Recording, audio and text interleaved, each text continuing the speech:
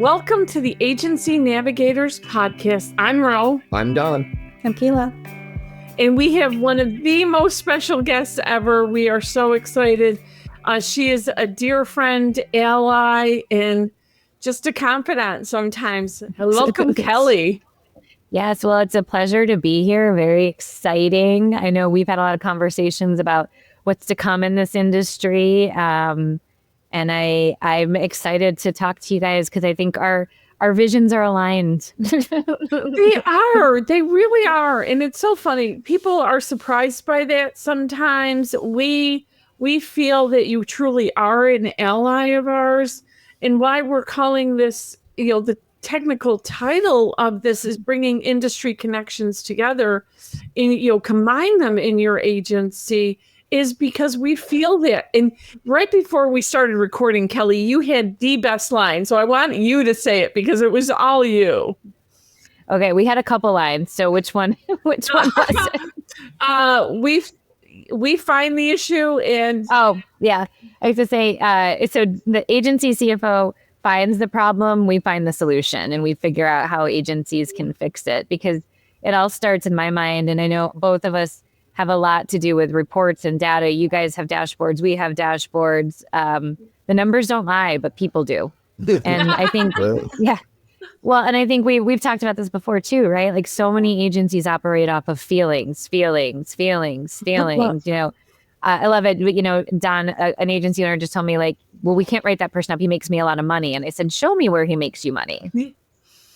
And it's like, well, he does, because I pay him a lot in commissions. I go, those are rewrites because you're overpaying on rewrites. And and then it's like, oh, well, wait a second. And so I think for so many agency owners, I think we all here believe like you have to have the data. Every team member will tell you how busy they are, but then you look at their book and Don will tell you there's not enough revenue per person. So yeah, they're busy. They're not productive. Yeah. Absolutely. That's a big difference that agencies don't draw that line. It's one thing. We're not saying that the person's not busy. What we're saying is they're not productive and they're not supporting enough revenue, and therefore they're not making profit. Absolutely. And they're not busy on the stuff you need them to work on. Right. They're busy on the stuff they want to do. It's a big difference. Well, and I always say, I don't know as though every frontline team member has access to the information to do better sometimes. So like, if you don't know the average revenue per account and what it should be, I can't do better, right? Yeah. If I'm looking at it and like my agency bought a book and now I have a whole bunch of state minimum auto policies, that's something that the agency has to take care of and show standards and be okay releasing some of it. But I just don't know as though everyone always talks about like, oh, they need to be better. They need to do more. They need to be more efficient. But nobody says, well, what do I do? I think sometimes the owners don't know what to do either. And I think, going back to why we're on the podcast about connecting us, I can't tell you how many times, I'll say something till I'm blue in the face and they'll be like, yeah, Kelly told me the same thing the other day. And it's like, at any given point, we would love to jump in together and just resolve it for you. And it's so funny, if we just had a quick 5-minute conversation, it's like, okay, here's your game plan. Here's exactly how we're going to help translate that to you, your team, whoever you need us to talk to. But sometimes, you might be the reason we're not making that connection and we're just telling you instead of helping you. Mm-hmm. Yeah, we're both talking at the same time, but not. But I do want to say something on the busy comment. So in agencies we work with, we make busy a swear word. You can't use it in front of me. We have swear jars. Because I said, we do. And I'm like, because I also tell people it's not a plan. Walking around telling everybody how busy you are is not a plan. It's a grievance. Like you're providing a grievance to the agency owner. Like it's busy. I'm busy. So then everyone gets tone deaf to it. And it's like, oh, that's just the way it is. But nobody's unpacking the onion. Like, is it your heaviest renewal season? Do you have a producer that's insane? Are you not practicing first call resolution? Do you have everybody call? We were working with an agency the other day and their top activity was payments. So, when you're taking 355 payments a month, you're busy. You're busy. You're busy too, but nobody has bank accounts. Nobody has this. I go, guys, for every person you tell me doesn't have a bank account, there is somebody who does. So let's stop the excuses And you're telling me that all these 300, none of them have bank accounts, not a single one. So the next time they come in, ask them, what are you watching on Netflix? Because guess what? Netflix doesn't take cash. Netflix doesn't. Netflix don't take cash. Yeah. It doesn't. Amazon doesn't take cash. So you're paying something some other way.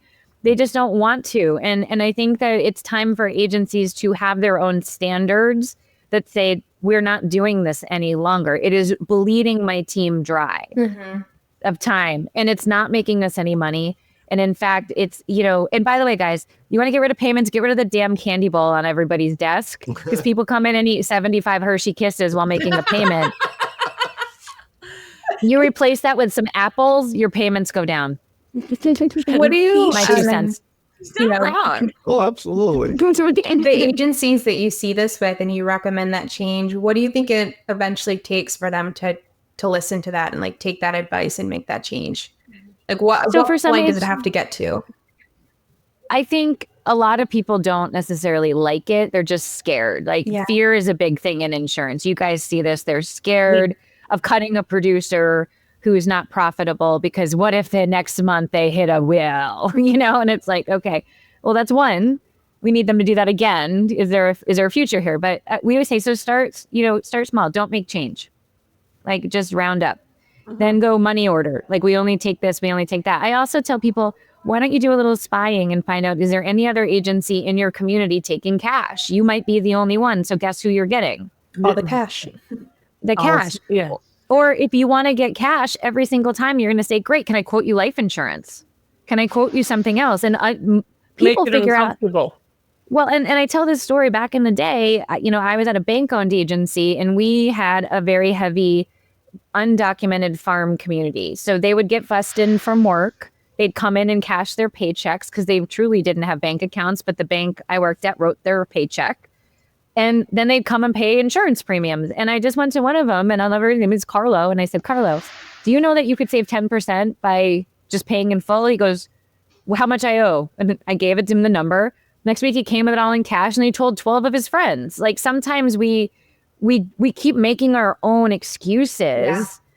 And I'm saying, and so Cayla, to your point, the first step I do if somebody's really timid, I would say, you need a sign-in sheet. Anybody who walks in needs to sign in and they need to say what they're here for. And then I can go to the management system and find out, okay, this is a $600 6-month policy that's coming in and I can do the math now, right? But you need to, again, it goes back to data, right? Like, or you can say, hey, you can pay. And by the way, I'm saying this, and there's some people who are going to throw some hate mail out because some states you have to take every form of legal tender. So you don't need to remind us of that. I understand that that's the case, but you don't have to write new business this way. Yeah. You don't have to give people the options. You don't, when you want to be rewritten, I need to get you on EFT or ACH. Like you can control your client. And that's a huge gap I see. The clients are running the agency is not running the client experience. And it does come to client experience. And I know that is something that you take very serious with agency performance partners. We take it very serious with the agency CFO. We are all about the best possible client experience because we know who our ideal clients are. We know where we want to serve. We understand how we can serve. And we need that to just translate. It isn't actually rocket science. It is hard conversations. You're right. It is hard conversations. It's change. It's change. But is it? So I explain it a lot like this, and this kind of resonates with you. I have 28 insurance policies. Okay, go ahead, sue me. I got it all. So I should get 28 units of service in an agency, right? 1 unit of service for my policies. My brother sometimes has a 6-month auto. Sometimes. And in 1 year, you're going to remind him to pay 24 times. He's going to hit 3 deer. He's going to change out his 25-year-old vehicle and owe insurance money. And my mom might step in and pay. He gets 28 units of service. My account comes up and everybody has a meltdown. It's complicated. And there's this and there's that. It's going to take me 3 days to just get my head around Kelly's account. And I tell people all the time, I go, you spend so much time on your time vampires. And then you treat your good clients who pay, who don't have claims, who pay in full, who would buy more insurance from you if asked. We literally, if you want to talk about, we overserve, but we underserve. So nobody's getting fair service. Absolutely. And we get pushback on client tiering a lot. Like, well, then the rich people or the people with money get all this. I go, no, those are the people who are getting underserved. And that's where your issue is. It's not prioritizing them. Everybody can get good service, but those people, you're scared of their account or they're not the squeaky wheel. And so they're getting underserved and they're probably undercovered because no one's reached out to them. And I just always tell people, I'm like, where do you want your referrals? Because where you're spending your time is where you're going to get them. You know, but when my brother comes in because he didn't have insurance and he drives in to get a policy uninsured, we drop everything. You know, because he doesn't have insurance. He doesn't have insurance. We must solve his problem. I go, he hasn't had insurance for 6 weeks. He's okay. I love the word underserved because I feel like the pushback we get when we bring this up is, well, why would I not treat them all the same? I treat everyone the same. Well, it's not saying you can't be kind. You should be courteous to all of your customers. But to your point, you don't have to underserve your best revenue clients. No, and if it's my brother, you should say, here's the app and quote him one place and get him on, you know, Progressive or Geico's app and say, this is how you're going to get service. And I will say this, when it comes for renewals for our own insurance, I do get nervous. I don't get the outreach. I look over the policies with a fine tooth comb and I send them to him, and, you know, I know we're not squeaky wheels. I don't have confidence. So because no one's contacting me. And Kelly, to your point, we're all ideal clients on this call. Yeah. We all have that. Well, I think there's two ways to look at it. Yes. Ideal, non-ideal. Do we have too many non-ideals in our portfolio? And a lot of agencies do. And what happens when this happens all the time, we subsidize the non-ideals. And where do we take from? The ideals. The ideals. So let's take this to the industry connections. We can clearly uncover this through our data. I mean, here's the line. This is so easy for agency CFO on so many different levels of how we can show you this, whether it's your financial report, your earnings report, your Power BI dashboards, the intelligence suite. We got this. And this is where the industry connection comes in. Listen to what we're saying and then go to Kelly and her team, because now I'm going to kick it to you, Kelly. Where does it go from there? I feel like we have the really hard job, like, convincing people. But I think, to me, it all starts with, we start all of our programs with clear job descriptions, but then agency standards. So like, what's the return time on a phone call? What's the return time on a certificate? What's the lowest limits? How many times are people allowed to lapse? Like, what do you want to hold people accountable to? But I always say, just because you can write something doesn't mean you should. And going into like our 2026 projections, carriers are starting to cut contracts, right? If you're not writing with them or if you're not on there, and they're very aggressive on loss ratios right now. So I like to say, if you're not going to listen to Agency CFO, you're not going to listen to APP. When they're going to listen is when the carrier comes down on them for loss ratio issues. And if that's what it takes, fine. Like, come to us when you have that problem. But also when you're looking at your teams and they're burned out, do you know where they're burned out from? They're burned out from your time vampires. Yeah. And they're burned out, in my humble opinion. I'd love to hear yours. I don't think we've been leading agencies in the fashion that we should. And my take on it is, nobody knew what to do during COVID, right? Like, we all scattered, people were homeschooling, trying to do changes and sell new business. There was like all this chaos. We were trying to keep up with legislation. Somebody got exposed. They need to be quarantined. Like, I don't even like talking about it because it gives me like PTSD. It was the weirdest time. Right. And then we thought we were getting a break. And then we went into a hard market where we're getting non-renewals and underwriting guidelines, and we can't write this new business. And the rates are going up. And, oh, by the way, this carrier is getting out of property altogether. I've got to go reshop this entire book. So a lot of the leaders had to go into the trenches, and we haven't been really running or leading agencies. For the most part, there's some that have effectively for 5 years, right? So we have lowered our standards for survival.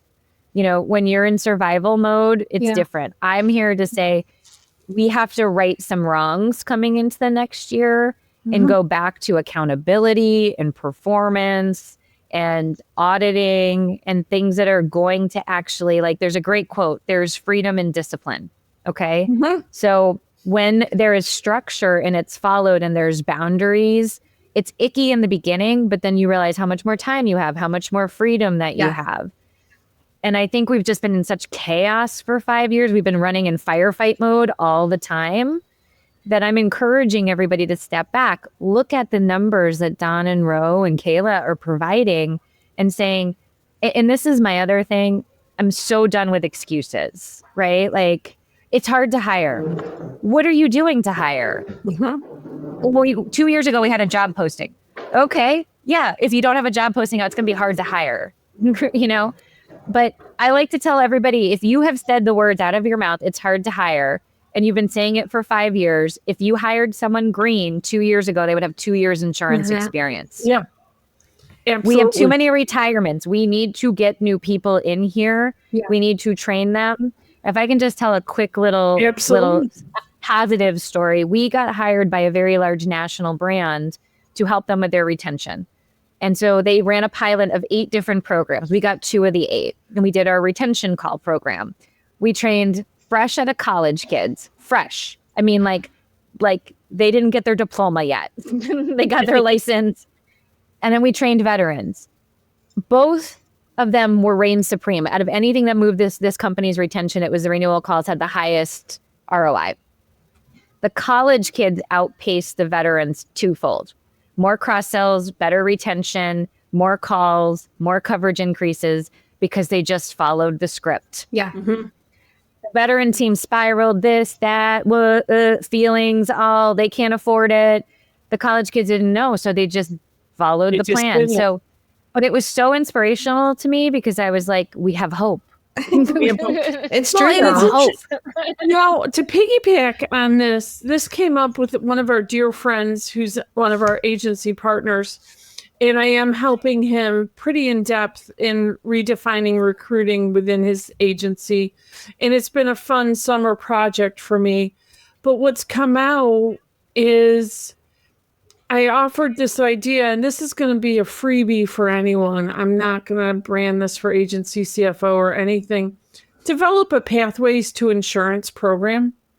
I want you to go and pay for if you have a college student that can interview well, that has a business background and has a good reason or has a vision of being in insurance, go get them licensed. Pay for their class. It's not that much. Yeah. Get them licensed and give them an internship. And call it Pathways to Insurance. Give them an internship. And if it plays out, you've got a great agent, future employee. I would be a CFO for you sitting here today if someone hadn't offered me an internship in college. So, serious. Like proof of concept for what Ro is saying. Yeah. So here's the side story, guys. Cayla was I taught college, and Cayla was my student. And if you were a student in my class, the first thing you did, Cayla, you'll remember this, is fill out a job application because you were going to leave my class with a skill, and you were going to fill out. And I'm at home reading my job applications, and I'm like, she is 19 years old and she has an insurance license. And Don said, I will fix it. Thank you. Seriously. We've never told this backstory. No. And so the other part of my class at the end, the final project was you had to do a full elevator pitch asking for an internship. Go, Cayla. Because my students were going to leave with skills. Yeah. Cayla, in front of the class, did her elevator pitch to Don, live asking for a real internship. And turned into a 24 real. hours before I had to actually interview with him for said internship. So they surprised me the day before and were like, hey, guess what? Guess We'll get it what? live He's coming today. down. He's coming. You know, I just get so frustrated because I think everybody's looking for like a unicorn, right? Like they have to live within 5 miles of my office, know my management system, have access to my carriers, like have Not 10 gonna years happen. experience. No. They can't be too old. They can't be too young. They can't be in pregnancy zone. They have to be like this.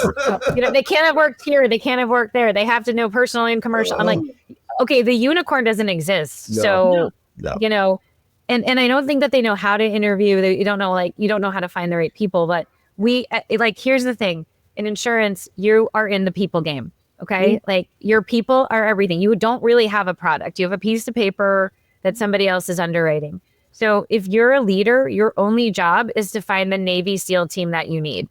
I love that. Or develop the Navy SEAL team. Do you know how much we don't train people enough? It's like take your online CEs and get by. And I'm like, no, get your designations. Like I can't tell. It to your point. It like scares me. Like I look at it and we do this. We have this thing called the wheel of coverage we do on trainings, and it's like a spin wheel, and we put people on the spot. People can't explain coverage. They can transact, but we can't talk about water seepage. Yeah. Yeah. I think from our perspective as CFOs, oftentimes we spend a lot of time quantitative. So we give you numbers, but we also have to think qualitative. The quality of when you meet a prospect, they all different qualities, customers, clients, qualitative. Are they ideal? Are they on the ideal end of the spectrum? Or are they not ideal? Or team members? What's your ideal client? What's your ideal candidate is what I call it. I'm sure it's an industry thing. Who's your ideal candidate? Who do you want? Well, and then what are you offering them? Yeah. Like this is a whole nother side, because like somebody who is good is not going to leave something that they are comfortable with to go take a chance because you posted on Indeed. And I tell this story like similar to Cayla. I haven't had to look through a job since I was 18. Like up until if I needed to look somebody, I had connections. I had people calling me. I had a network. I never had to go on Monster back in the day. If anybody remembers Monster. I remember Monster. Yeah. And so the best people, you need to be, again, you're in the people game. Yeah. You need to go to your carrier meetings. You need to have coffees. You need to have lunch. When somebody hears that their agency is selling, you need to be the first person that they call to get that talent. But I don't think that we think about it. It's like we hired a desperation, not preparation. And then it's like, you have a license, you can fog a mirror. Could you start tomorrow? And I'm like, do we even know if they could use a computer? Have we gone that far? Yeah, I mean, people think we're crazy. We just hired 6 people and we went through a 7-step interview process. So we're all remote. I flew out there and met the final candidates and I had dinner with their families. Absolutely. Absolutely. And they're like, what do you mean? I'm like, listen, I don't want to, it's expensive for me to do this and it's expensive for me to make a wrong decision, but I'm in the people game too. You're in the people game. Absolutely. And when you're thinking about crafting the offers that you have for people, the best people aren't leaving for money necessarily. And I think that that's a very hard concept to explain. Like, is your culture toxic? Right? Like growth opportunities.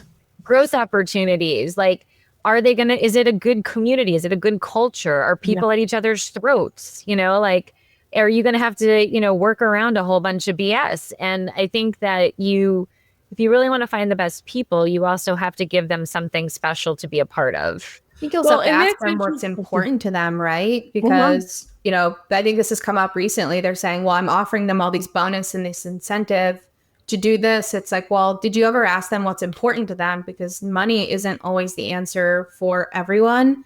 If they are a producer, probably they want more money. Give them, that money incentive. But if you don't even ask up front, how do you really know how to build a true incentive plan? And to your point, if culture is a really big part of why they're there and you are just offering them more money, well, they're still not going to stick around no matter how much money you throw at them. And they, going back to doing all the right things, well, we've got to change behavior. How do you start to get people to do that and actually care about it? Well, if there is money involved, they have to care about that. And you have to understand that. Yeah. motivations, whether it's your prospect motivation, your employee motivation, and even your own motivation. Let's go and talk about our owners for a minute. We've kind of talked about, the ideal client. We're talking about your ideal candidates, your ideal team members. Let's talk about your ideal owners, because I know all four of us have had those conversations where they just don't see it. They don't see it in themselves. I'll be kind and say it that way. Yeah. I just want to say one thing on the culture. If I can give people just a quick ninja tip, because the bulk of people working in agencies are service, right? Like service people run very differently than an owner mentality. And I tell people this, I was like, if you want to nail culture, you are going to get to know every single one of those people. And a lot of them have kids, and they're doing this for their families. They are not doing this out of the joy of telling someone their rate went up 40%. Okay. So but if you find out their kid made the honor roll and you leave $100 Chili's gift card and say, take your family out to dinner, that's amazing. Your kid made the honor roll. You will win loyalty. Mm-hmm. If their kid is in the T-ball playoffs and everybody comes in wearing the color of the team, and you let the mom go at 2:30 so she can go make cookies for the team, you win loyalty. Absolutely. They're doing this for their families. They're not doing this for anything other than that. So if you can get so ingrained in that and find out what's going on with their family's life, because a lot of account managers, they're the biggest hearts, they're sweethearts. They want to take care of everybody, and no one's taking care of them, right? And so, it needs to be in like a surprise fashion almost, to the point where it's like, it's the first day of school, your kid's first day of school, come in at 10 so you can get them on the bus without being stressed. This is how you're going to win their loyalty and their gold stars. Absolutely. And it's actually, Kelly, it starts with the owners and leadership. And I'll tell you, I won't use names specifics, but we had an instance within Agency CFO. One of our team members had a family issue this summer, and we all came together. And what could we send? What could we pick out? How could we lift this person up, not only in time and her family? What could we do for her family to make the best of the absolute worst situation you could imagine? And I will tell you, we lead by example, and it isn't that hard. It wasn't hard for me, Don, Cayla, Shauna, the rest of us to say, hey, wait, we can help. I've got ideas. Yeah. It's simple. It's simple. It's caring, but I think we need to do even a little bit more than care. You got to show every team member you really care about them individually, but something to go above and beyond that. Yeah. And that wins loyalty. And we see agencies all the time. They're suffering from this churn. Do you really care about your people? Well, and I think the hard part is, I don't know as though every agency owner understands the hardest job in an agency, in my mind, is an account manager. Oh, yeah. It's not selling. It's not selling. Mm-hmm. You know, it's convincing people to stay, you know, during a very difficult market. And not only did we not give them tools, we came down on them. Like, why did we lose this account?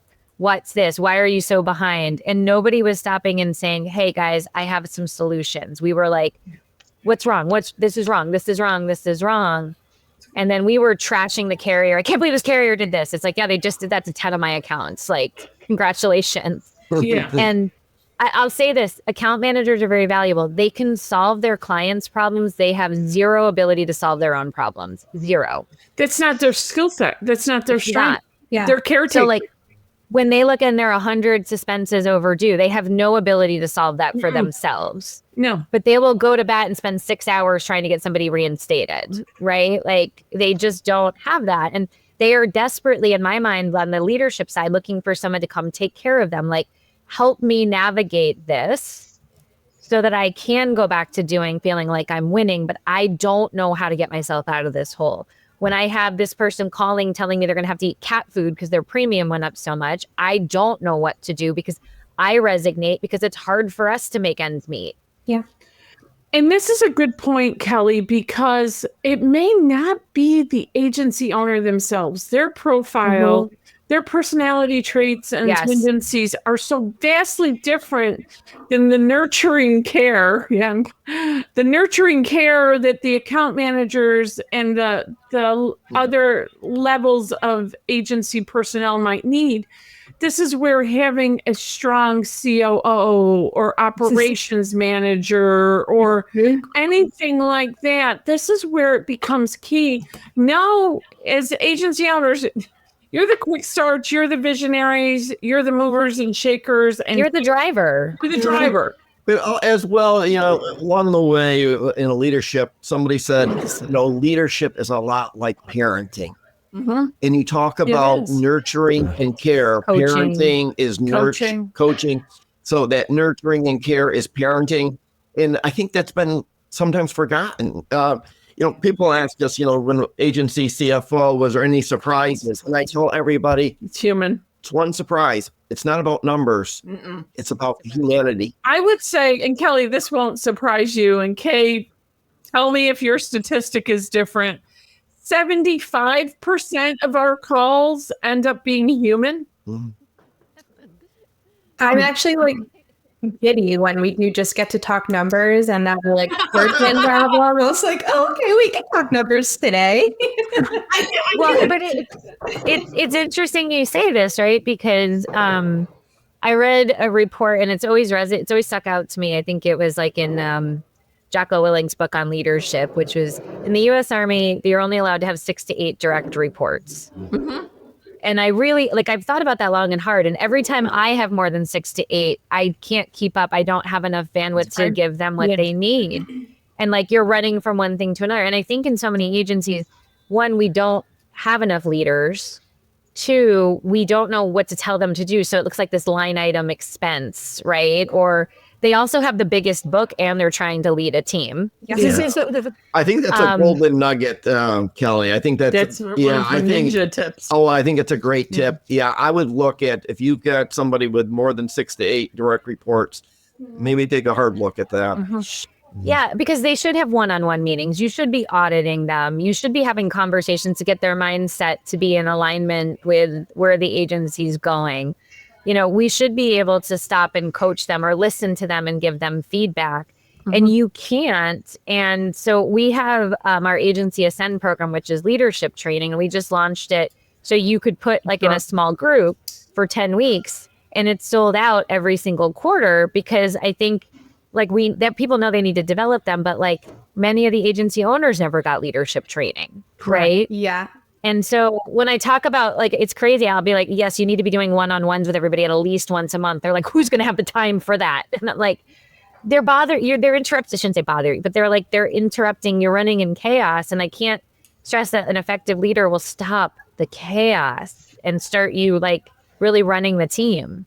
I think we always want to assume we're leaders too. And I don't know that, it's kind of an ego check when you realize you're maybe not being a great leader or you don't, intrinsically know what that means. The general premise, everyone knows what leadership is, but it's so much more than just the base level general concepts, the quick self-help book. It is every day in the trenches. And it's ironically sometimes solving problems. Realize you're a leader where it really stands out and maybe stuck with someone else. So I think, it's also kind of an ego check when you've got to see, am I really emulating being a leader? Do I know what this means? But then I get well, what do I have to pay that person? I'm okay. Well, first of all, how much is it going to take off of your, you're going to hit a plateau. There's no way you don't hit a plateau. And then how many fires are you putting out a day? What if somebody could focus on fire prevention and people development? And my response to that is your biggest expense is payroll. And so you are leaving it untended to. You are leaving it unnurtured. You are leaving it unoptimized. Absolutely. And Kelly, thanks for saying that, because our big focus for Agency CFO in the next 12 months is delving deeper into where are you spending your dollars, your compensation, because it's often specifically compensation. It's often one line item on the income statement. but Yeah, it's yeah. so much more. No, we're going deep on that. And even within Agency CFO, we learn, we grow. And every week, Don and I have a meeting with every team member. Every team, Yep. we make the time. It's Mondays. It's a quiet client day. It's a heavy agency CFO day. Yeah. And Yeah. we have standing meetings, and yeah, there are weeks we can't do it. That's okay. Kay, would you say pretty much 3 out of the 4 weeks a month we meet? Yeah, and I think we've gotten in a pattern where if we can't meet, we know how to communicate the high points to each other, so it doesn't feel Because like I we set didn't the see you. stage. Yes. Yeah, Yeah. we found But you built out. that. Yeah. And if I can just say something to people, like, yeah, the first ones are a little weird if you're not doing them, like that will burn off. Yeah. I believe there should be an agenda that both parties can add to. This also solves the idea of accountability because now it's not getting called in the principal's office, right? Like Yeah. it's going on. Hey, I caught some of the stuff. We need to talk about it. Just let you know if I have to keep adding this on, it's going to lead to something else. So it opens up so much communication and so much opportunity. But here's the thing, if you're listening to this and you're like, I don't have time for that, then you need to get that operations person. Absolutely. You need somebody who, and maybe you don't love doing it. Like I talked to so many agencies. Yeah. What's the least part of HR? And I'm like, can we define HR? Is that leadership management? Like, or is that time off and like compliance? Because like they're two different things. I hate that people say, oh, Rome just does HR. No, I actually do not do HR. I hate HR. I'm a quick start with mid-grade follow through. I am the last person who's going to read a law book on HR. You want to talk strategy, you want to talk development, I'm all for that. The other thing we do with the team now, and this has been hugely valuable, and it may not sound it at first, but I'll get there. Every team member sends us a weekly recap because we are in a million directions. Every single one at the end of the week sends us a recap of their goals, their accomplishments, what clients, agency partners they worked on, reports, tools, podcasts, whatever it is. I don't look at it at all as if it's arbitrary or in a disciplined way.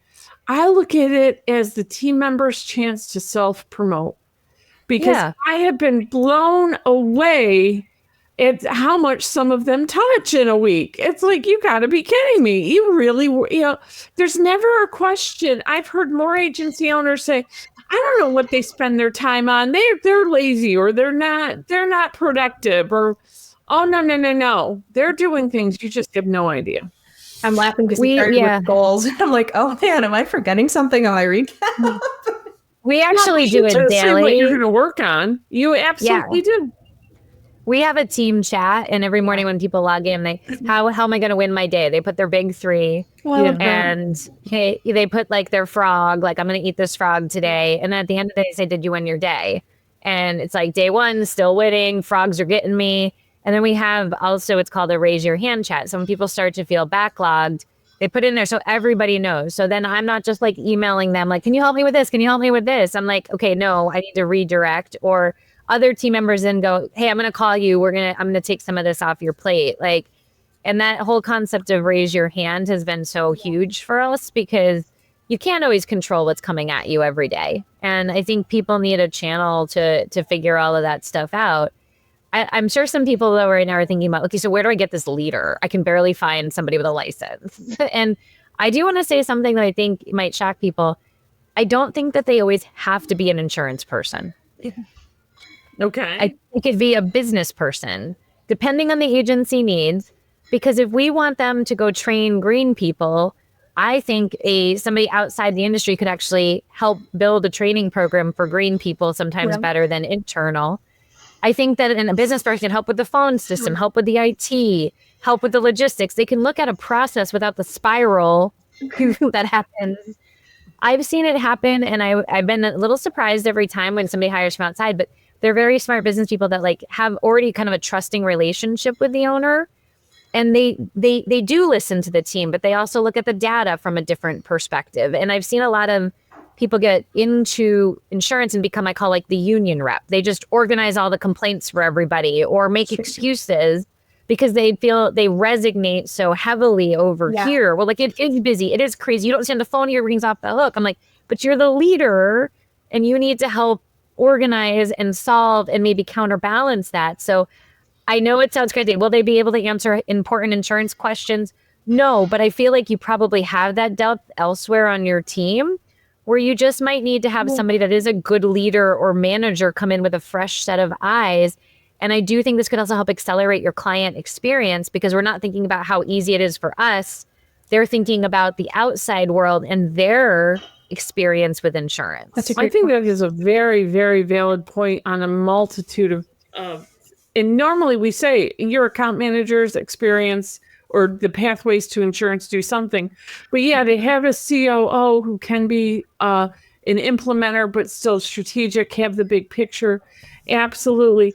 And Kelly, I want to highlight one thing before we wrap up. I just saw, and I have it on my screenshot to make sure I get it right, because I thought this was so cool. You have the big announcement, the emerging agency program. And why I love this is because we want our future agency partners to get it right at the beginning. Yeah. It's so much easier to spend the time with Kelly now and get it right, so then you can grow into an agency CFO program and grow into the other APP offerings. So if you could just in our final minutes wrap up and speak to that a little bit, because I was really excited when I saw it.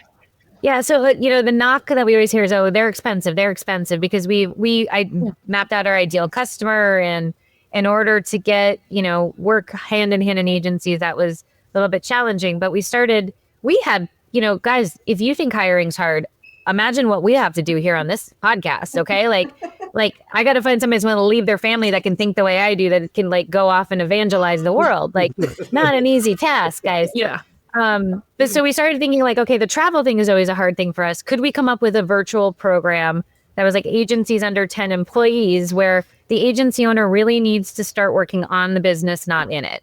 Correct. And so thinking a lot of scratch agencies, sometimes multi-generational agencies that have just never really hit their stride because they were maybe operating a little old school, but now the son or daughters, and they're like, I think I need to do this differently, but I've only worked for mom or dad. And so we're coming with all of our templates in a virtual format where it's like, hey, let's assess, let's get it right now. I mean, we're redoing comp plans because they're paying people either way too little or the producers are making 80% commission. Yeah. And I'm like, why? That's the only way I could get a producer. I'm like, it's also draining your bank account and they're not waiting. Yeah. And we're saying, hey, maybe there's a few sacred cows, but the new way you're doing it is this. And they're operating in chaos. And so they need processes and procedures. So we're coming in and giving them kind of like the business template and rolling it out with their team. So then the next hire comes in, it's like, this is how we do an endorsement. This is how we pick up the phone. This is how we use our systems. But that agency owner, and I want to be very clear, I don't think that the agency owners, when you start an agency, the reality is you have to sell insurance like your hair's on fire. Otherwise, you don't have a business. So there's some collateral damage to that. And that's okay. You made it. And now you have to go undamage some things and get things organized. So we're really excited about it. We have a couple agencies in it. And they're excited to have someone to talk to, right? Yeah. Because it's very lonely. Absolutely. That is a great topic. We have had the Executive Academy in the past where Cayla has taught it and Shauna. They take a cohort through agency financials, and it's just really hard. It is hard for us to do that. Again, we talked about it earlier because we have the larger ideal clients we're trying to serve, that balance. But it is, to get off on that starting point, it is extremely lonely. It is scary. It is lonely. You'll never admit that you're scared. You can't admit. Well, and I think you don't know what you're doing with hiring. You don't know what you're doing with firing. You don't know when to do it. So you make all these deals and you're trying to sell because you're the visionary, but you need an operations person, but you can't afford it at that level. So what do you do? Yeah. So we're excited about that. And then we have our small group training too, where you could buy a seat for somebody for sales training or time management or leadership development. There'll be around 15 other people just like them for Good. 10 weeks learning in a more of a hands-on format. So yeah, we're trying to be the industry's best friend, right? And your best friend will come up with cupcakes on a bad day and go take a walk with you if you need it. And so any challenge we see out there, we're trying to say that we do want industry. We want to do as many of the pockets as we can really well. I love it. Love, love, love. Kelly, on that note, you are amazing. You have been a best friend to Agency CFO. I know I am really, truly grateful. I am. And, Don and I know Cayla, we sing your praises whenever we can. Same. If we're on a call, we'll say, have you talked to Kelly? You need to talk to Kelly. It is with such a respect and devotion, truly, truly. Yeah. The industry connections, it's like business connections. You can't do it alone. Well, I hope Absolutely. that all the listeners today walk away with those golden nuggets. Yeah, they were outstanding. And know, man, a lot of times owners are just they're at full stress, max stress. It doesn't have to be that way. Don't go on that way. Reach out. Yeah, there's people to help. Yeah. And I'll just say this on that note. If you're struggling, like, sometimes we've talked about some clients and you're like, hey, they need to get some finances fixed before they can do things. I just want to let everybody know we have a blog, we have a YouTube channel. Like, you could do this on your own for absolutely free based on all of our resources. Like, if you listened and you wanted the sweat equity, I think both of us give away a lot of information. And so if you're just struggling right now, subscribe, reach out, but listen, and just while you're taking your dog for a walk, get the information that you need. Yeah. And there's a lot of these things, if you listened, you could even take part in and start making change without having to make an investment. Absolutely. And I want to add to that, and my final statement is we have an ideal chart of accounts for your finances. If you're working with Kelly, if you're listening to this, if you're just getting started, get your accounts right at the beginning. Reach out to us. Let Kay give the best email. See, I use my resources for one to get you that chart of accounts, but we will help you with that. Okay. team@agencycfo.com, or you can go right to our website and it's right on our contact us to send us, let us know where you're coming from and we'll send that over to you. Mm-hmm. Absolutely. So thank you. Just incredible conversation as always. I always like to say be financially well. I think today what we've been focusing on is operational wellness, and ultimately from a leader, from an owner experience, it is really good for you from every dimension. So don't continue to struggle. If you're in a struggle place, reach out to. You don't have to be. Yeah, your agency shouldn't feel like running through peanut butter. And that's a grind. We don't want the grind. So there you go. All right. Thank you so much, Kelly. Thanks, Much guys. love to everyone. Thank you, Kelly. And reach out to us. Thank you. Yeah.